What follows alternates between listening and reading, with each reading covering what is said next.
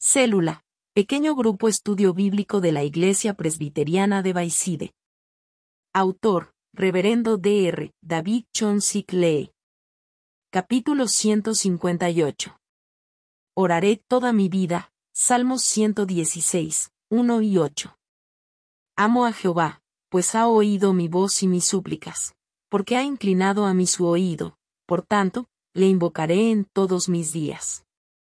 Me rodearon ligaduras de muerte, me encontraron las angustias del Seol, angustia y dolor había yo hallado. Entonces invoqué el nombre de Jehová, diciendo, Oh Jehová, libra ahora mi alma. Clemente es Jehová, y justo, sí, misericordioso es nuestro Dios. Jehová guarda a los sencillos, estaba yo postrado, y me salvó. Vuelve, oh alma mía, a tu reposo, porque Jehová te ha hecho bien. Pues tú has librado mi alma de la muerte, mis ojos de lágrimas, y mis pies de resbalar. Amén. En el texto de hoy, el autor de Salmos, ¿qué decisión toma en el versículo 2? ¿Y cuál es la enseñanza que le da esto a usted? El texto de hoy es un poema de autor anónimo, pero muchos eruditos de la Biblia, por el contenido del poema asumen que es un poema de David, y sus antecedentes están cuando Absalón, su hijo, se rebeló contra él. Y su trono fue arrebatado temporalmente. Si esto es verdad, probablemente David estaba en grande peligro y su corazón estaba herido. El autor de Salmo 116 confiesa en el versículo 1 que él mismo fue salvado por la oración a Dios, amo a Jehová, pues ha oído mi voz y mis súplicas. Y dice en el versículo 3 y 4 el contenido de la oración, 3 me rodearon ligaduras de muerte, me encontraron las angustias del Seol, angustia y dolor había yo hallado. 4 entonces invoqué el nombre de Jehová, diciendo, Oh Jehová, libra ahora mi alma. Y la respuesta a su oración dice en el versículo 5 a 8, 5 Clemente es Jehová, y justo, sí, misericordioso es nuestro Dios. 6 Jehová guarda a los sencillos, estaba yo postrado, y me salvó. 7 Vuelve, oh alma mía, a tu reposo, porque Jehová te ha hecho bien. 8 Pues tú has librado mi alma de la muerte, mis ojos de lágrimas, y mis pies de resbalar. Nosotros escuchando esta confesión del autor de Salmos y asumiendo que en verdad fue David quien escribió este salmo, podemos darnos cuenta de que Dios desde hace 3000 años antes también escucha y responde las oraciones de un cristiano. Especialmente, en situaciones urgentes, oraciones con lágrimas, Dios siempre escucha estas oraciones. La razón de esto es que Dios misericordioso nunca abandona a los que buscan a Dios fervientemente. El autor de Salmos decide algo en el versículo 2 al ser respondida su oración. 2 Porque ha inclinado a mí su oído, por tanto, le invocaré en todos mis días. El autor de Salmos estaba en una situación gravemente peligrosa y con lágrimas de dolor invocó a Dios, pero al ser su oración respondida decidió orar a Dios todos los días de su vida. Y esto para el autor es una bendición porque podemos predecir que el futuro de este autor va a ser un camino de bienaventuranzas y pacíficas. La razón de esto es que cuando él invoque a Dios, Dios va a eliminar todos los obstáculos, abriendo el camino, proveyendo de todas las cosas que el autor necesita. El pastor George Muller conocía el poder de la fuerza de la oración. George Muller era un alemán que desafió la obra de criar a los huérfanos de Inglaterra.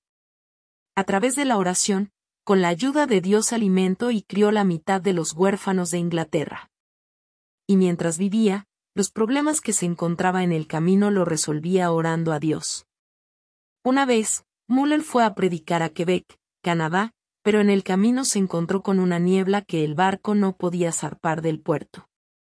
En ese momento Muller propuso al capitán orar, pero fue ignorado porque pensaban que una niebla que no se despejaba por más de 24 horas, no se iba a despejar por una oración.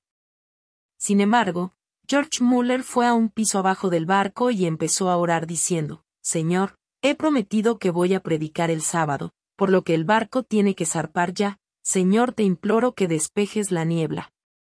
Quizás para algunas personas era insensato pensar que una oración podía despejar la niebla, pero después de 5 minutos de orar, la niebla se despejó y pudieron zarpar.